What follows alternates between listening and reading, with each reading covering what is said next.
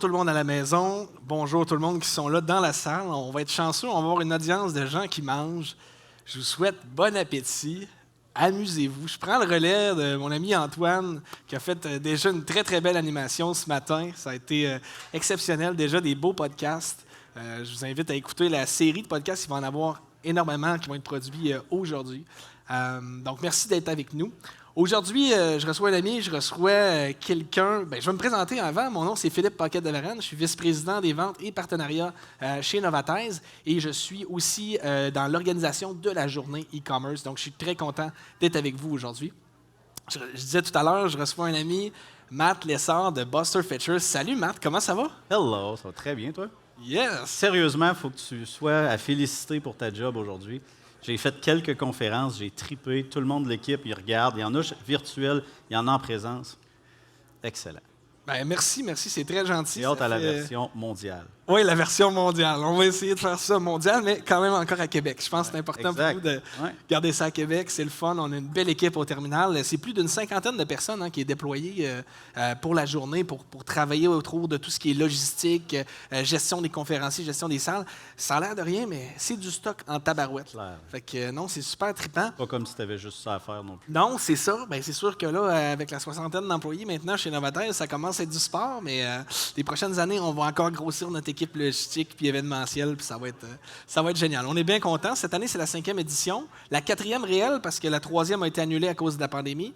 On se rappelle, en 2020, on est au mois d'avril, puis au mois de mars, ça a été des mauvaises nouvelles. Mais en tout cas, on va sauter dans le vif du sujet, Matt. Qu'est-ce que tu en penses? On peut se voir en plus. Oui, on peut se toucher. Garde ton 1 mètre. Yes.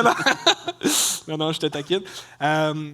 Matt, pour les gens qui ne te connaissent pas, je pense que ça vaudrait la peine quand même de t'introduire un petit peu. Je sais que tu es un gars de e-commerce, tu es dans le e-com depuis 2001.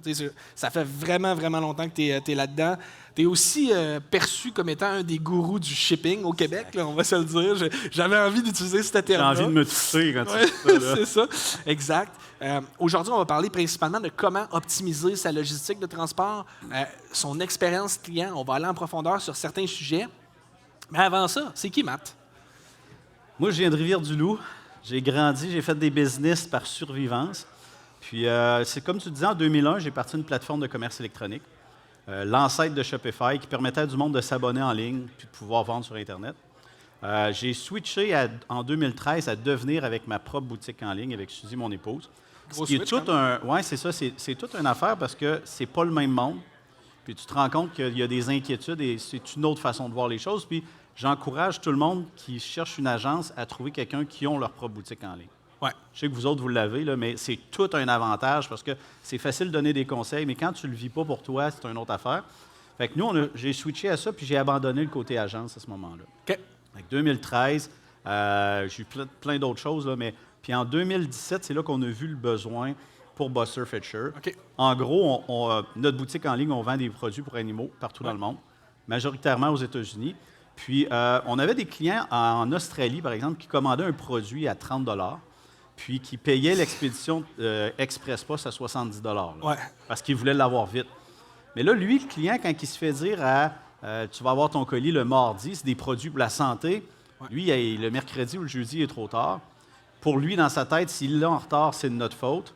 Fait que là, on arrivait à devoir rembourser des clients pour 70 de shipping pour un produit le mal de tête, hein? C'est parce que là, tu as ton coût d'acquisition, tu as tout, là, ça fait plus de sens. Ouais. Fait que mon père est arrivé avec l'histoire que lui, en 2007, il y avait la même situation en France. OK. Il avait appelé son rep de chez Post Canada, puis il a dit « Pourquoi que vous utilisez ce transporteur-là en France? Y a-t-il possibilité de le faire avec quelqu'un d'autre? » Ouais. Fait que le rep de Post Canada, il lui a dit « Il y a une garantie avec ces colis-là. Si tu utilises Express Post International, tu peux te faire rembourser si le colis est livré en retard. Oh, wow. Faut juste que tu nous le dises. » Fait que ce qu'on a fait, c'est qu'on a bâti Buster Fetchers de cette façon-là. Fait qu'en gros, l'expertise logistique, c'est construit de ton background de e-commerçant jusqu'à maintenant un SaaS, finalement, qui vient automatiser la réclamation de colis. Et maintenant, beaucoup plus aussi. Exact. On va en parler davantage tantôt. On va approfondir ça. C'est très, très cool. Je serais curieux de savoir... merci pour l'introduction. Je serais curieux de savoir, as-tu l'impression que les marchands québécois ont eu à s'adapter probablement au niveau de leur expédition? On parle des 2 dernières années. d'hypercroissance pour certains, de ralentissement pour d'autres, de transformation du physique au numérique dans les 2 dernières années. Je pense que ça l'a accéléré beaucoup. Je suis curieux de savoir, as-tu l'impression qu'il y a une évolution au niveau du coût de transport, mais aussi au niveau de la structure des entrepreneurs, des entreprises québécois? Parce que quand même, tu en représentes au-dessus de, je pense, 800. Vous avez combien de clients au total? On est à presque 1700 au Canada. 1700 marchands qui travaillent avec Buster Fisher, quand même, c'est un beau succès, une belle histoire de succès. Mais je suis curieux de t'entendre sur cette... Tout a changé. Tout a changé. Tout a changé avec la pandémie. Du jour au lendemain, il y a des clients qui s'arrachaient les cheveux de sa tête parce qu'il n'y avait plus rien. D'autres qui s'arrachaient les cheveux de sa tête parce qu'il y en avait trop. Les garanties ont arrêté. Mais là, le gros problème avec la reprise qu'on voit beaucoup, c'est toutes les surcharges d'essence. C'est pas de la faute du transporteur. Mais oui, le gaz l'année années 75, hein? C'est ça. À 9 de surcharge l'année passée, jusqu'à 33,50 cette année, il y a des ajustements partout. Puis c'est comme le mouton noir, le shipping. Tout le monde, il voit ça comme un triangle des Bermudes.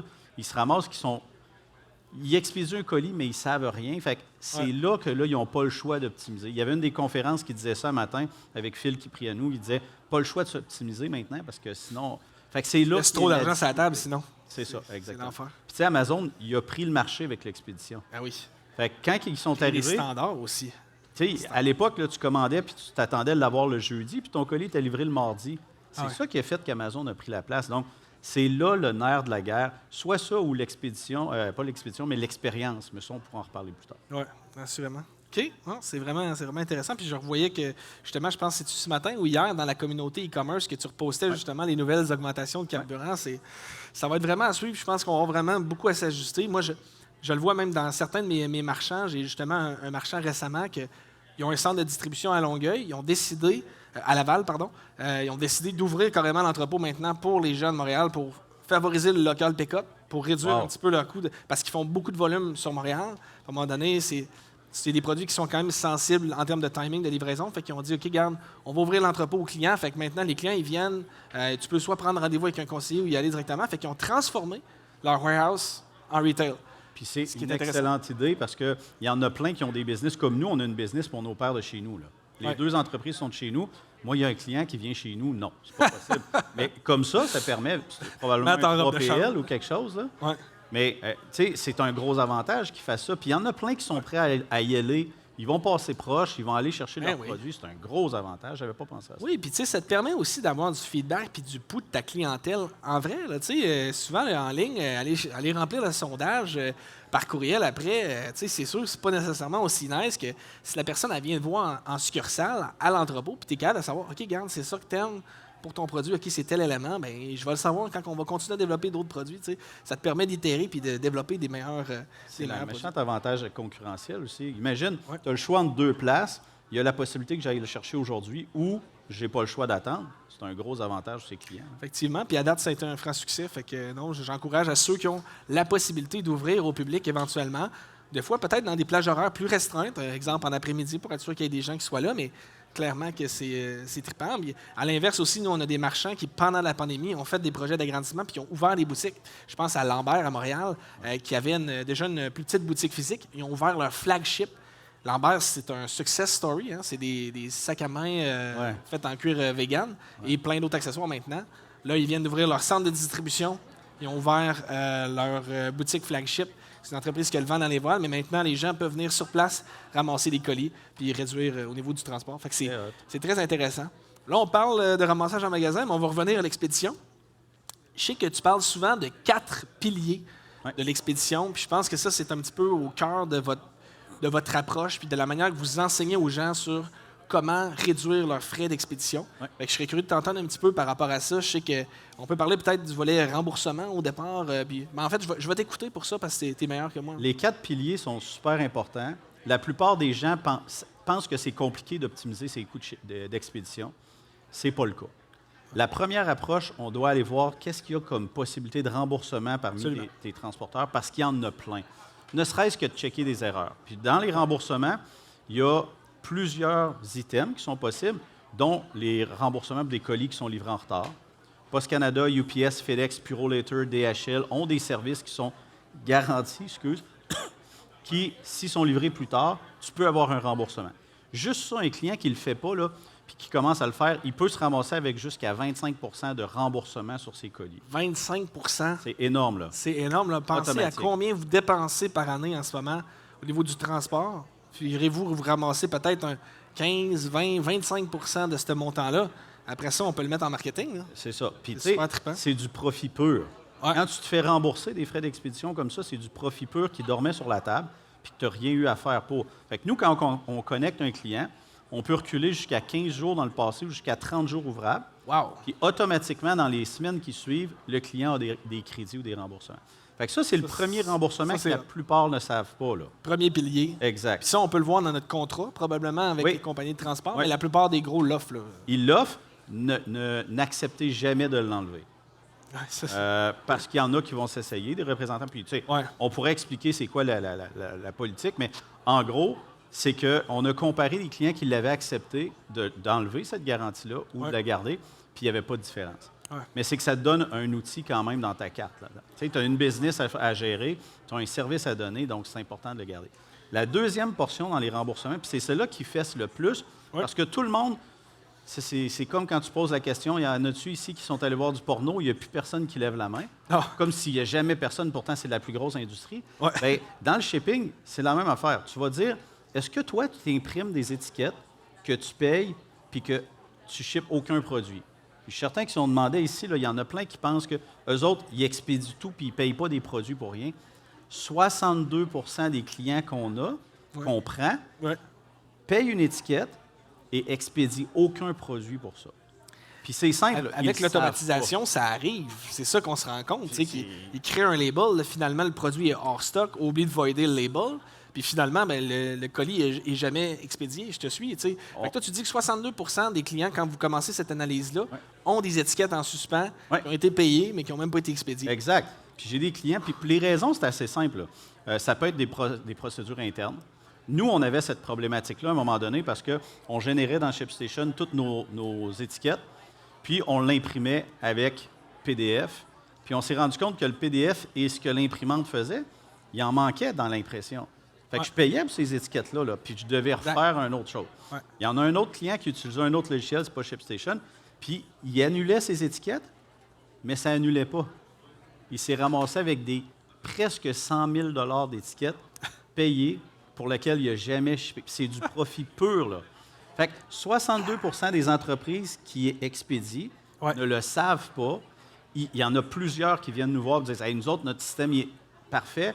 Bien, on se ramasse que finalement, on trouve des étiquettes qui ont payé puis qui n'ont pas eu de remboursement pour ou qui n'ont pas fait annuler, tout simplement. Fait que nous autres, on va les checker puis on peut canceller 90 jours. Fait que nous, on attend Quand 70 jours. Fait que comme ça, le client en masse le temps de les annuler lui-même. Puis sinon, bon, on sert de filet de sécurité. OK. Ça, c'est le deuxième remboursement que tu peux avoir. Le troisième, ceux-là qui ne font pas. Puis nous, on ne le fait pas pour les clients, mais les clients, on se rend compte qu'ils ne demandent pas les remboursements pour des colis perdus ou brisés. Ouais. De base, tu as 100 dans la plupart des services qui sont D'assurance de base. exactement, que tu Ouais. peux avoir. Il y en a plein qui ne le demandent pas. Quelqu'un qui avait une boutique de produits pour enfants, Ouais. qui vendait une poussette, la poussette ne se rend jamais ou est brisée, bien, ils retournent le colis à leurs frais, puis ils ne le demandent pas au transporteur. Ça ne marche pas, là. Ça, c'est du profit pur. Là. Fait que ça, c'est une place où ce que le monde le font.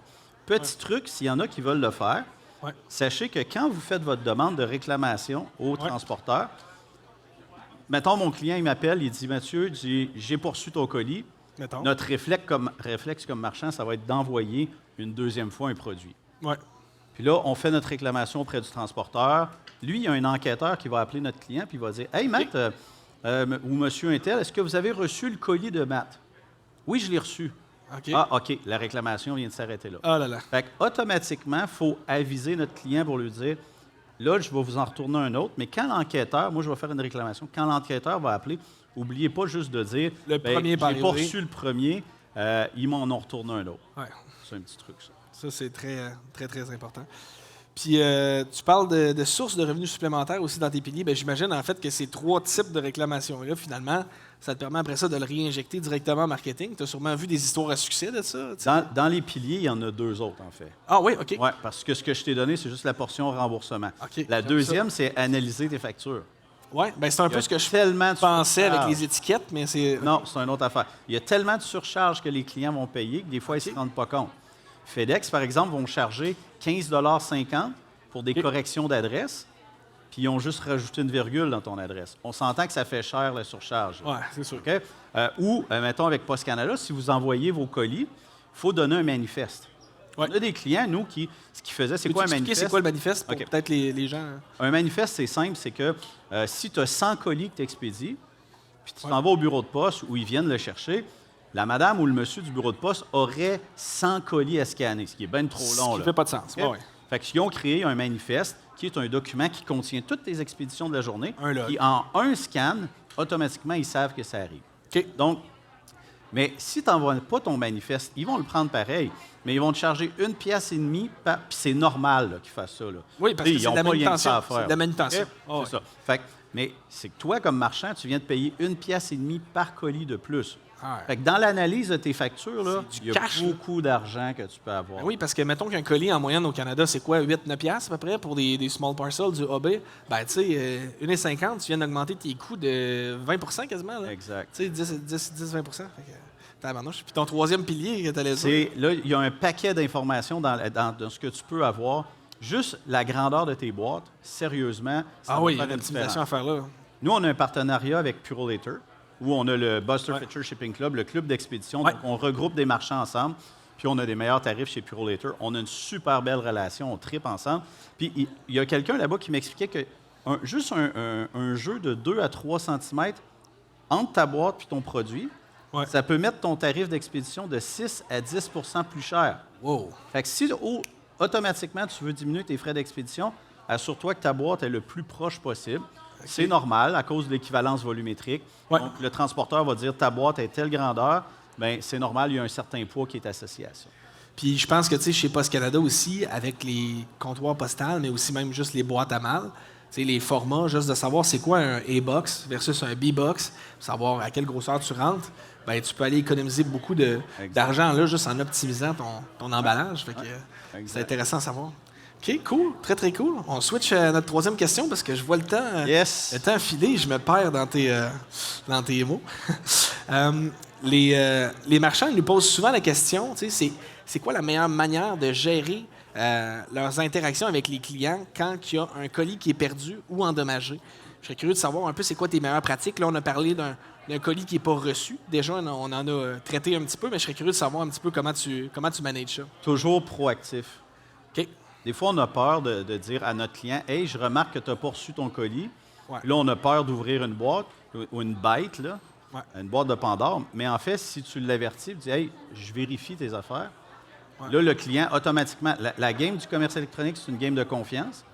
Donc, si tu prends les devants et tu dis « Je remarque que ça fait 3-4 jours que tu es supposé avoir reçu ton colis » ou c'est facile pour le client de nous dire « Regarde, j'ai une photo, mon colis est brisé. Qu'est-ce que je peux faire? » Automatiquement, tu viens de donner la confiance. Puis là, tu viens d'augmenter ton LTV pour plus tard.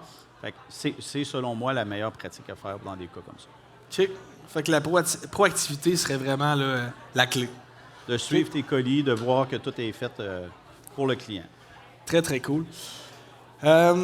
J'ai 2 dernières questions, puis je pense que c'est des très, très bonnes. Je sais que tu connais plusieurs secrets de transporteurs. Puis je serais curieux que tu nous expliques un petit peu, c'est quoi tes secrets de négociation avec les transporteurs? Je pense que ça, c'est quand même un des points. Puis as-tu des éléments à nous partager que le marchand doit analyser avant de se rendre en négociation avec son transporteur? OK. Fait que dans ce qu'on a fait dernièrement, on a interviewé un ancien haut dirigeant d'un transporteur au Canada. Oui. Okay? Pour pouvoir savoir, justement, la négociation, la plupart des gens vont aller voir leur transporteur, vont dire « Hey, c'est quoi le meilleur prix que tu peux me faire? » Bien, c'est pas précis, c'est pas assez précis. Ouais. Fait que ce qu'on lui a demandé, c'est qu'est-ce qu'on peut faire pour avoir une négociation win-win. Ouais. La première affaire qu'il nous a dit, c'est de savoir comment notre représentant est rémunéré. Quand tu sais comment ton représentant est rémunéré, tu es capable de bâtir quelque chose pour avoir une belle relation puis s'assurer que ce soit gagnant pour lui puis qu'il soit gagnant pour toi. Ça, je pense que c'est important. Ouais. Fait que la première affaire, là, moi, je me suis pris des notes parce qu'il y en a trop, là, mais ce qui est le plus salue Mélanie. Salut Mélanie. Ce qui a le plus d'impact, c'est justement les nouvelles business. Ouais. Donc, tu arrives avec un nouveau client, eux autres, ils ont un plus gros impact. Ce qui veut dire que si tu n'as pas un bon service de ton représentant, il y a un autre représentant quelque part qui, lui, va être content de t'avoir. Fait que c'est quelque chose que tu dois garder en tête. Exact. Aux 2-3 ans, c'est important aussi d'aller voir ailleurs pour s'assurer, y a-t-il d'autres options qui pourraient être intéressantes à ce niveau-là, qui pourraient être une belle négociation. OK? Une des choses qui est importante à savoir, par contre, c'est aussi la période.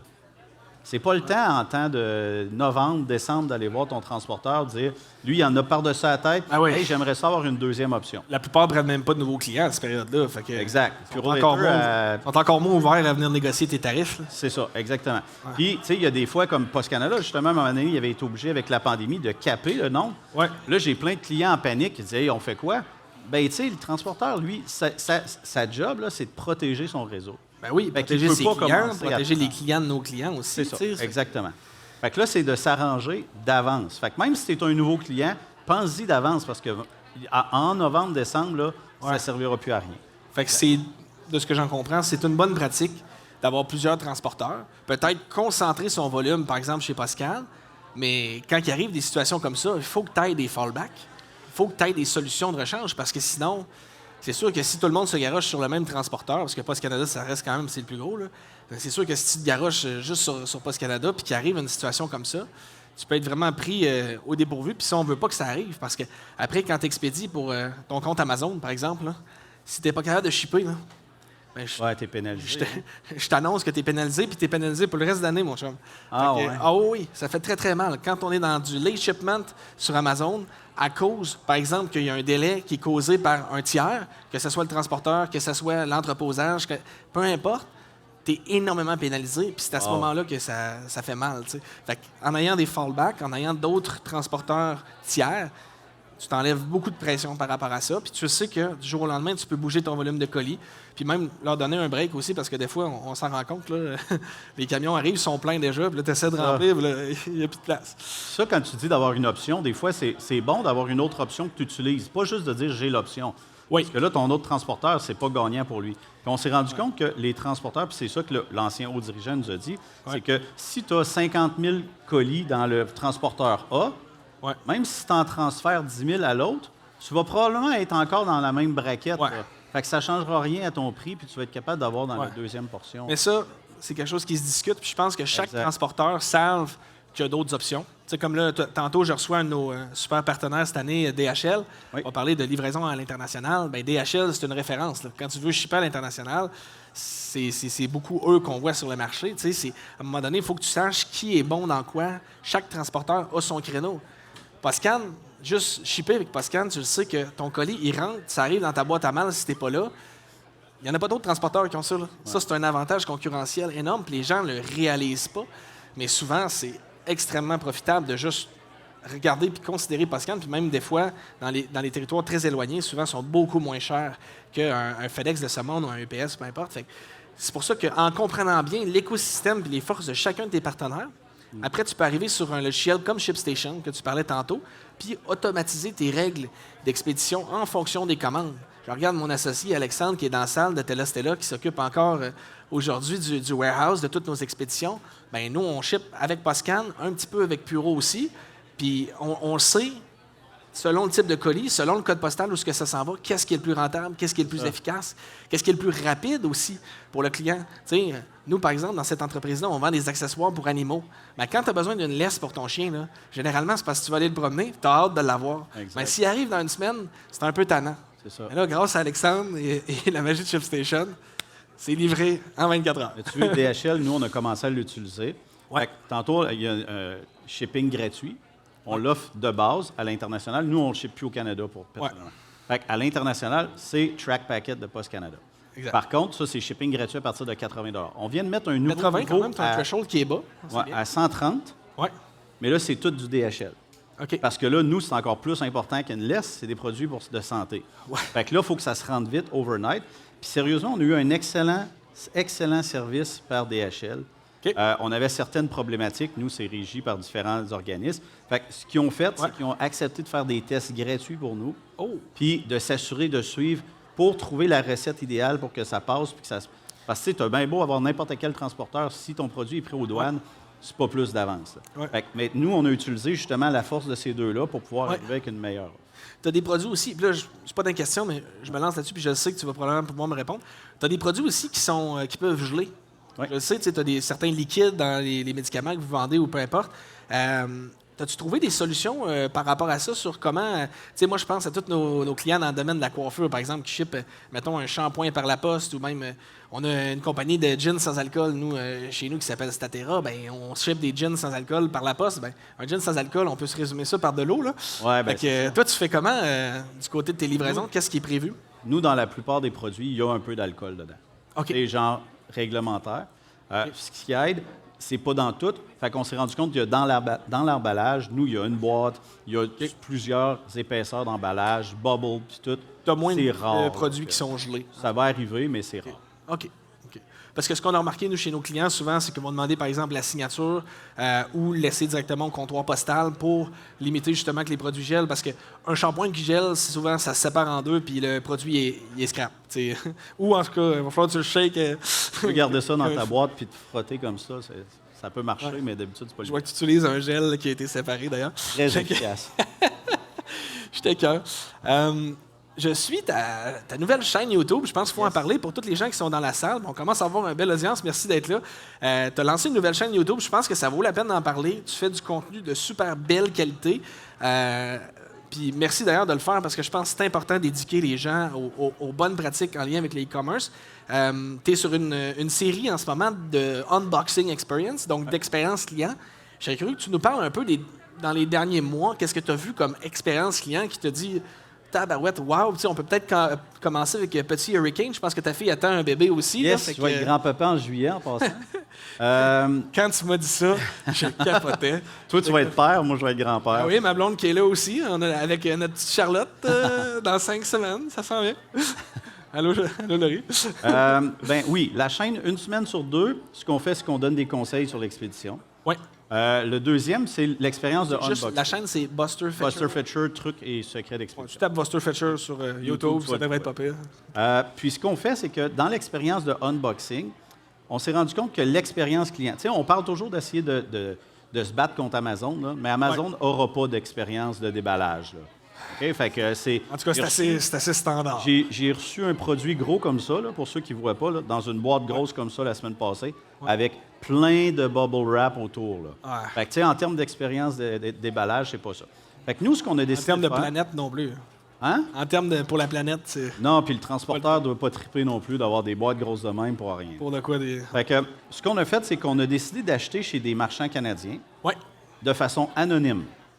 On veut vivre l'expérience de déballage. Fait que moi, je Pour paye pas qu'ils te mes bougent ça portes. parce qu'ils savent Exact. que tu vas unboxer. OK? C'est ça. Ah Fait que ouais. Ce que je fais, c'est que j'utilise un autre nom, j'ai une autre adresse, on commande. Puis là, ce qu'on fait, c'est qu'on déballe tout simplement pour voir qu'est-ce qu'il y a dedans. Comment qu'un client type, puis j'amène quelqu'un qui est de la clientèle cible. Fait que, il y a ma fille, effectivement, pour Petit Hurricane, qui a annoncé qu'elle est enceinte devant tout le monde.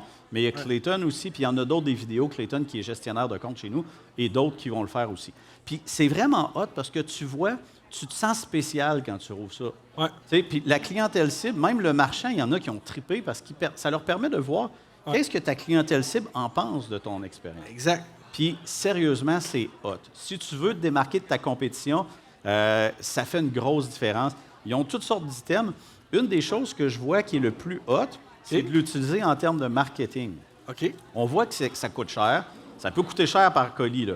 Ouais. Mais il y en a qui vont juste mettre une petite carte. J'ai interviewé Pixie Wu la semaine passée, justement, dans le webinaire. OK. Puis elle disait c'est la première chose qu'on devrait mettre en place.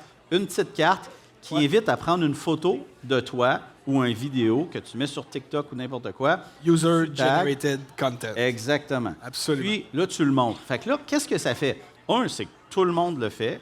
Ouais. Puis l'expérience, moi, je l'ai bâtie parce que ma fille, quand elle a eu 16 ans, elle voulait avoir une robe de bal et tout. Elle a commencé chez 1861. Oui. Première affaire qu'elle a faite quand elle a ouvert sa boîte, c'est que je l'ai entendu crier.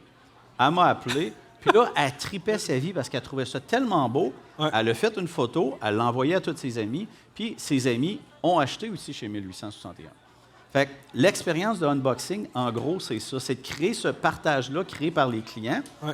Puis là, la petite carte, elle invite à ça. Tu donnes un coupon pour une prochaine fois. Exact. Tu invites, tu parles des retours, tu parles des procédures, la livraison. Il y a un paquet d'affaires qui apparaît là-dessus. Mais d'utiliser ça, ça fait une grosse différence. Ouais. Mais ça touche aussi pour ta conversion. Ouais. Le commerce électronique, c'est une game de confiance. Ton Absolument. client, il te donne de l'argent, puis il espère que tu y envoies le produit. Ouais. Mais là, quand tu vois 150 personnes qui ont commandé puis qui tripent sur leur expérience, ils n'ont plus de problème de confiance. Là. Ah non. C'est automatique, ton taux de conversion, il augmente. Puis là, ils envoient d'autres. Fait que là, ils deviennent excités. Pixiwoo, justement, Joanie, elle disait qu'elle, quand elle a juste changé sa boîte, il y a des clients qui ont recommandé. Puis Pixiwoo, pour ceux qui ne le savent pas, là, c'est comme des pinces là, que moi, ça ne marcherait pas. Là. Des pinces C'est à sûr que t'as cheveux. pas de pogne. OK? Puis il y a des clients qui ont recommandé juste pour avoir la nouvelle boîte. Ah, Fait que ouais. c'est vraiment quelque chose C'est fou. à vivre. Puis là, tu as un avantage compétitif à ce moment-là. Oui, assurément. Puis, tu sais, je pense à 1861 parce que c'est Novatex, on a setupé tout leur setup de shipping avec eux quand ils ont fusionné les 4 boutiques ensemble pour le warehouse. Puis, je me rappelle à un moment donné, tu sais, j'avais jamais vécu ça dans une expérience client, de dire, OK, là, comment je gère si je parfume l'emballage ou pas? Ouais, Il y a des clients qui veulent pas que ça soit parfumé. exact. Puis, il y en a d'autres qui ont des fragrances préférées. Puis, là-bas, il y a vraiment une gestion avec les conseillers qui vont conseiller chaque client sur leur expérience, mais ça se rend jusqu'à savoir, est-ce que tu veux que tu reçoives ton colis puis qu'il y ait du parfum, c'est emballé, on le voyait avec, j'invite les gens à aller écouter, c'est justement particulièrement 1861, c'est emballé avec du papier de soie, il y a une carte, tu sais, c'est comme... Une carte écrite à la main, un c'est- cadeau, c'est un next thing. sticker. Là. Mais Simon, chez 1861, ça a tout le temps été son focus, l'expérience client, Ouais. c'est vraiment exceptionnel. Puis c'est très, très belle business. Pour ceux qui ne connaissent pas ça, là, c'est vraiment à consommer. Ben, Oui. à consulter et consommer. Ouais. On cherche toujours à diminuer notre coût par acquisition, le coût Ouais. d'acquisition. Bien, C'est là ton que ça se passe. expédition, ça peut être une source d'acquisition, là, une Ah ouais. source de revenus pour te driver plus de ventes, puis descendre overall ton coût par acquisition de tes publicités. Assurément. Un autre exemple aussi qui est funky, que moi j'ai adoré, je ne sais pas s'ils le font encore, mais un de nos clients qui s'appelle Case Me, que probablement que la moitié de la salle, leur cellulaire sont des cellulaires Case Me, ils mettent, c'est niaiseux, là, mais des petits rouleaux de bonbons là, qu'il y a à l'Halloween, ils mettent ça dans les enveloppes, fait que tu reçois ton étui, puis en plus, tu as un bonbon. Tu sais, c'est niaiseux, mais c'est le petit wow, le wow effect de plus qui, je pense, fait vraiment une grosse, grosse différence. Puis, Tu me permets juste une affaire? S'il y en a ici qui ont des boutiques en ligne, qui aimeraient ça qu'on achète chez eux pour qu'on voit l'expérience de déballage, envoyez-moi un email à matt@commercialbusterfetcher.com. Je vous dirai pas quand, mais à un moment donné, je pourrais commander chez vous.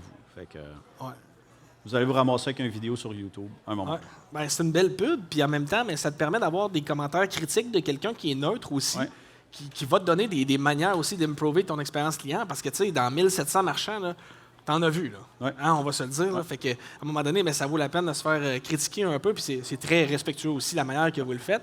Mais si quelqu'un est pas bon, ben, vous allez le dire aussi. Puis vous allez dire, ben, ça serait quoi les pistes d'amélioration là, pour ce marchand-là? Là? On essaie de se concentrer sur les bons plutôt. Oui, non, je sais, mais des fois, tu peux t'attendre à Oui, une expérience, c'est pas puis bon. finalement, c'est pas bon. Ouais. Tu sais. Ça peut valoir la peine, Effect. assurément. Il nous reste 2 minutes. Est-ce qu'il y en a dans la salle qui auraient des questions? On pourrait prendre des questions dans la salle rapidement pour y répondre. Sinon, on peut closer cela aussi, mais s'il y a des gens qui ont quelque chose qui leur vient en tête. Oui, vas-y. Tu peux... excuse, le micro est là. Ouais, excuse-moi. Mais je viens de le voir aussi, fait que... Tu sais, dans le cas d'une très grosse entreprise, tu sais, moi, je travaille pour Family Prix, mettons. Ouais. Comment qu'on fait pour faire de la personnalisation puis des petites attentions comme ça? Tu sais, je vois qu'il y a des grandes entreprises qui réussissent à le faire quand même, mais tu sais, ça devient un peu plus un gros challenge de faire de la personnalisation puis des petites attentions quand tu es une très, très grosse business, mettons. Là. Ouais. Tu peux tout simplement juste prendre une carte et que la personne qui fait la boîte va signer son nom. Là. De voir qu'il y a un contact, c'est pas si long que ça. C'est pas ça qui va ajouter vraiment du temps dans ta chaîne, mais il y a au moins un contact personnalisé. Cette petite carte-là que tu peux mettre, ça ferait une grosse différence déjà là. Ouais. Exact. Puis, tu sais, je pense que Family Prix, vous êtes une des entreprises qui, d'après moi, avez le plus de data sur vos clients. Vous savez ce que les clients consomment, vous savez c'est quoi les médicaments que vos clients prennent. À un moment donné, il pourrait y avoir une manière de donner des fois des feedbacks même aux clients. Là. Je donne un exemple. Moi, j'ai changé à un moment donné de médication. Puis le pharmacien au téléphone, il m'a félicité parce qu'il savait que je venais de perdre beaucoup de poids. ben ça, si tu fais une commande en ligne, tu as quelque chose que tu peux venir personnaliser, mettre des triggers. Peut-être pas des choses aussi intrusives que ça par carton. Moi, là, j'ai trouvé ça correct parce que j'ai une bonne relation avec mon pharmacien. Mais, tu sais, tu reçois par la poste quelque chose, vous pourriez définir peut-être certains triggers pour venir éventuellement lever des flags et dire « Hey, tel client, il vient de passer telle commande, mettons un produit pour bébé. Ah, ben t'attends un enfant, félicitations pour l'enfant qui s'en vient. Merci, puis c'est un tel qui a fait la commande. » Ça pourrait être une manière d'améliorer ça, mais celui-là, on pourrait s'en reparler après, mais j'ai plein d'idées qui me viennent. Ou un petit cadeau comme Case Me, là. OK. C'est de le mettre en opération. C'est surtout ça, de passer de l'idée à le concrétiser, mais je pense que c'est de commencer à le faire petite étape par petite étape. Là, je vois qu'on est rendu à 0, time over. Rapidement, en 30 secondes. Ça va être rapide, c'est pour Matt. J'aide beaucoup de petits entrepreneurs là, sur Shopify et tout ça. Ouais. À ton idée, on a d'ailleurs là, quelques personnes en commun, là, dont Cathy, là, que tu connais bien. Question rapide. Quelqu'un qui passe sur Shopify, le deal avec Shopify qu'ils ont pour Post Canada, à quel point c'est plus avantageux ou moins avantageux que de dire « Bonjour, je suis un nouveau commerçant, j'ai pas vraiment shippé encore. C'est quoi le tarif que tu peux avoir? » Donc, qu'est-ce que tu recommandes? J'ai jamais fait la comparaison. Là. Je sais pas si tu ça dépend du volume. Évidemment, si tu as assez de volume, ça vaut certainement plus la peine d'aller voir ton représentant Post Canada. En fait, dans pas mal 100% des cas, moi, j'ai trouvé que ça valait plus la peine. Par contre, avec le Buster Fetcher Shipping Club, nous, c'est le club avec Puro Later, ben, on a des meilleurs prix aussi. Au-dessus de 1250 colis par année, c'est ça? On a l'information qui rentre en temps réel de Post Canada.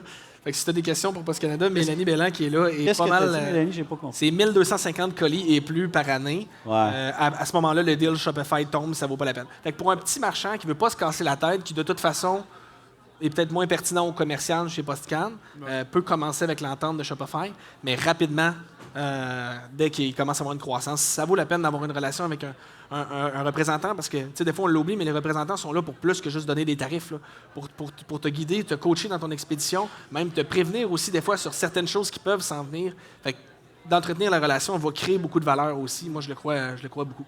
Puis il y a aussi le fait qu'avec Shopify, ce qui est le fun, c'est que tu n'as pas besoin de faire du copier-coller de tes items. Fait que des fois, pour commencer, c'est très bien. Ouais. Tu génères ton étiquette tout de suite. Tu vas le porter au bureau de poste, ça, c'est parfait. Rendu plus loin, bien là, c'est mieux d'avoir ShipStation, par exemple, entre les deux.